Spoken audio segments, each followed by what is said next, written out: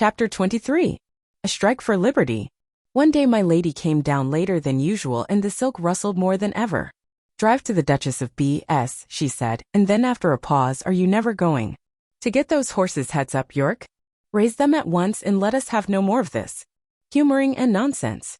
York came to me first while the groom stood at Ginger's head. He drew my head back and fixed the reins so tight that it was almost intolerable. Then he went to Ginger, who was impatiently jerking her head up and down against the bit, as was her way now.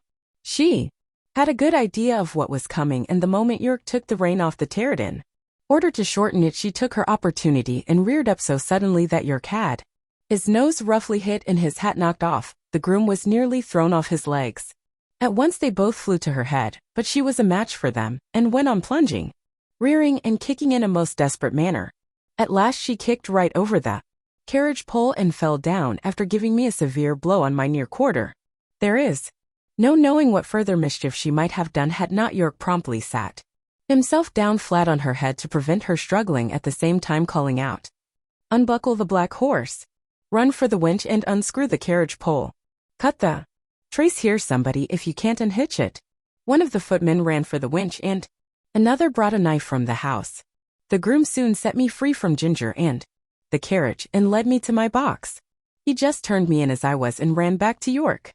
I was much excited by what had happened, and if I had ever been used to kick or rear, I'm sure I should have done it then, but I never had, and there I stood, angry, sore in my leg, my head still strained up to the turret on the saddle and no power to get it down. I was very miserable and felt much inclined to kick the first person who came near me.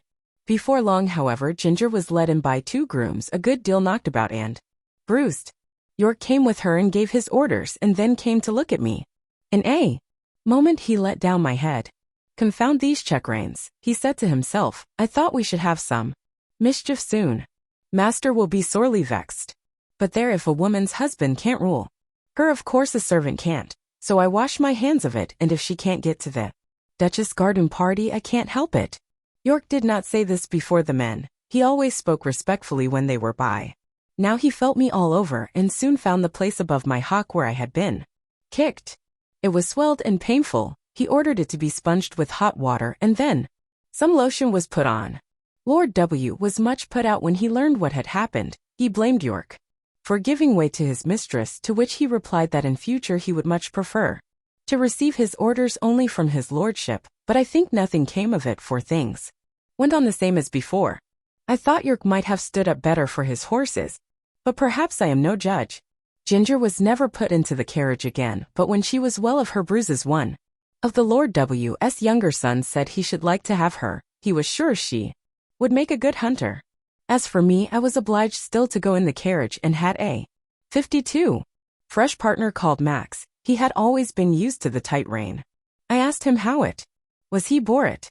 "Well," he said, "I bear it because I must, but it is shortening my life, and it will shorten yours too if you have to stick to it."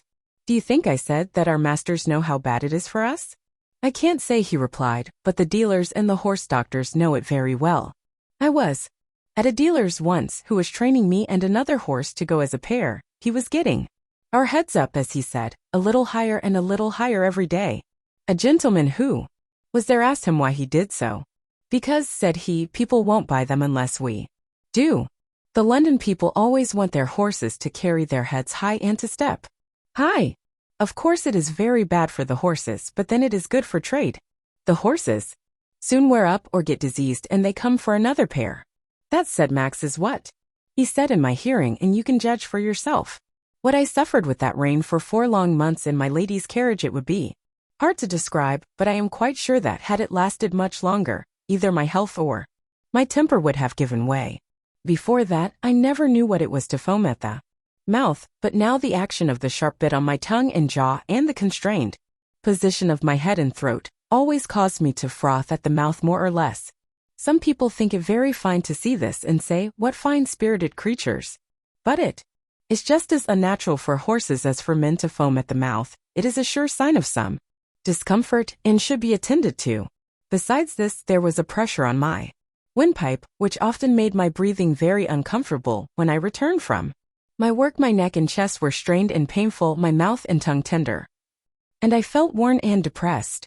In my old home, I always knew that John and my master were my friends, but here, although in many ways I was well treated, I had no friend. York might have known and very likely did know how that rain harassed me, but I suppose he took it as a matter of course that it could not be helped. At any rate, nothing was done to relieve me.